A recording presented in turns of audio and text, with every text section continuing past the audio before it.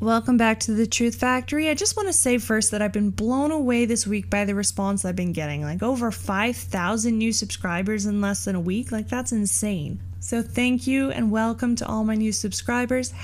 #blessed. And with that, I'm feeling brave and ambitious. So let's stop beating around the bush and just go after the person who runs the world. No, if girls really ran the world, you wouldn't be able to sing a song about them running it. The real lyric should be, "Who run the world? International banksters." It's not as catchy, I guess. And international banksters is just a term that you use when you really mean the Jews. That's right, folks. I'm doubling down and going after Soros hard on this video. He's the kingpin that has either directly or indirectly been funding violent left-wing protest groups, lies perpetrated by the media to control the masses with false information, and even the migrant crisis in Europe. Now, I don't want to use him solely as a scapegoat because he is not the only world elite that does things like this.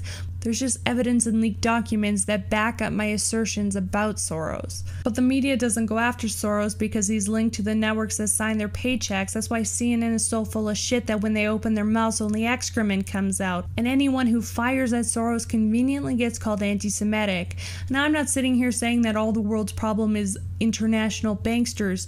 I'm just saying that a lot of it is just from one asshole who happens to be Jewish. Is that okay to say without being called anti-Semitic? I mean, this man is a self-proclaimed atheist anyways. Do you believe in God?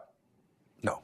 So if it just comes down to ancestry, is it okay if I talk about him if I also have Jewish ancestry? Here's my 23andMe report that proves that I have one single drop of Jewish blood in me. Not enough to get an Israeli citizenship, but fuck it, let's do this. You're not Jewish! Because while Soros is spending millions of dollars trying to manipulate elections and people through his media companies with fake news, I'm gonna pass out some red pills for free. And you might be saying, come on, Base Cat, he's 86 years old. Just leave him alone and let him die. He's already dead. And to that I say, don't look at him like he's Mr. Rogers. The sociopathic grandpa is at 86 long years of ruining and manipulating the world behind the scenes, spending billions to destroy the world. This man is Goebbels. This is Goebbels! Let me list some profoundly evil puppet master shit this man has done so that way you understand why this conversation is necessary. In 1992, he destroyed the British pound in one day by buying government bonds called glitz and selling them and buying them back at a cheaper price. This caused a recession known as Black Wednesday. He made £1 billion in one day selling sterling he didn't own. Cool. Next, in 1997, he fucked Malaysia harder than a $12 whore, unfortunately probably also from Malaysia, when their currency, the ringgit, lost 45% of its value in an instant. Tens of billions of dollars vanished from their government treasury. Then he wiped out 60% of the currency in Thailand, which had a domino effect on the Asian market, damaging the economies of Japan, South Korea, the Philippines, Brazil, and Russia, sparking a violent revolution in Indonesia that killed up to 5,000 people. And none of it could have happened without this motherfucker. Still not convinced? Okay, maybe something more recent. In the middle of the last decade, 527 advocacy groups appeared out of nowhere that tried to influence elections.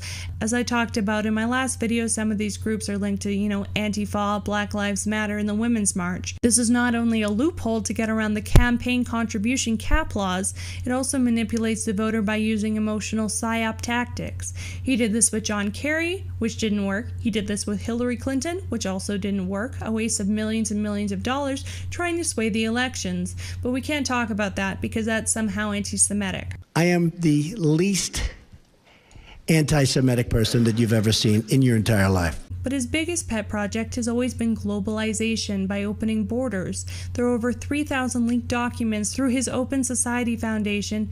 I will link in the description if you're into that, where you'll find that he believes that Europe's refugee crisis is just an opportunity to influence immigration policies worldwide to collaborate with other wealthy donors. Immigration is a way to destabilize the country's economy, which makes it easier to manipulate. And this isn't just a weird conspiracy. These are clandestine operations Operations, which is an intelligence operation intended to go unnoticed by the general public. But now things aren't going unnoticed, and other elites are starting to throw Soros under the bus. But geriatric George Soros wants Trump impeached before he dies, because Trump wants to deport illegal immigrants and slow down the immigration process in general. This goes against Soros' globalist dystopian vision. That's why CNN shills have been pounding the Russian narrative so hard. Soros funded Hillary's campaign and wanted her to go to war with Russia and bring in thousands of immigrants into the United States. That is not a conspiracy. She has said these things. Soros' hand is so far up Hillary's ass, he's like Jeff fucking Dunham. But yesterday things got really interesting for Soros when Israel and Hungary teamed up to take Soros down. Hungary has been going after Soros for a little while now. The Prime Minister Viktor Orban has openly been against Soros' support for more open immigration.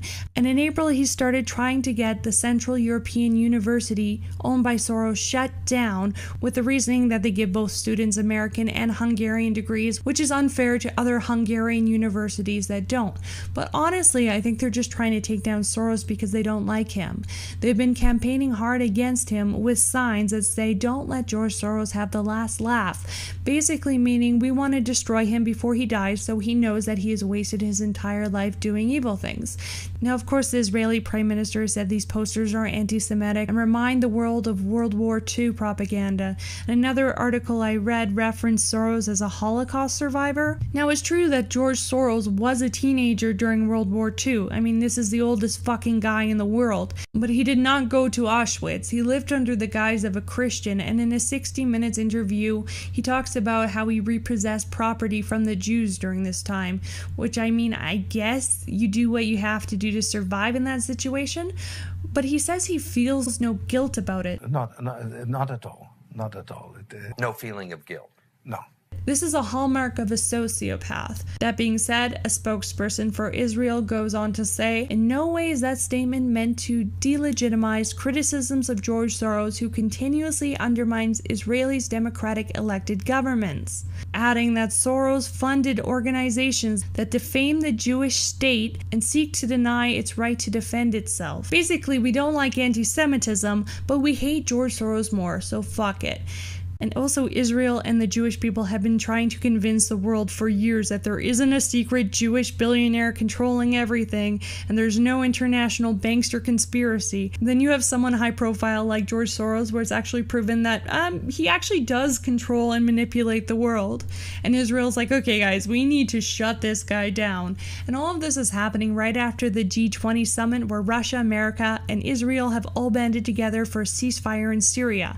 These countries are working together, which is not what Soros wants. Big shit is about to happen in the world, so expect more fake news and more paid riots and maybe even some terrorist attacks, because that is how Soros has temper tantrums. And as a side note, I don't think I need a whole video about this, but a released document by an independent researcher known as the Forensicator suggests files eventually published by Guccifer 2.0, the Russian hacker persona, were likely initially downloaded by a person with physical access to a computer, possibly connected to the internal DNC network. Yeah, Seth Rich. Now, this would prove that the Russia thing is fake, which we all know, and that the DNC and CrowdStrike committed mass fraud and treason against the president. Although no mainstream media will cover this, and neither will Robert Mueller, because the world is fucked. And if I die mysteriously, know that it was a hit.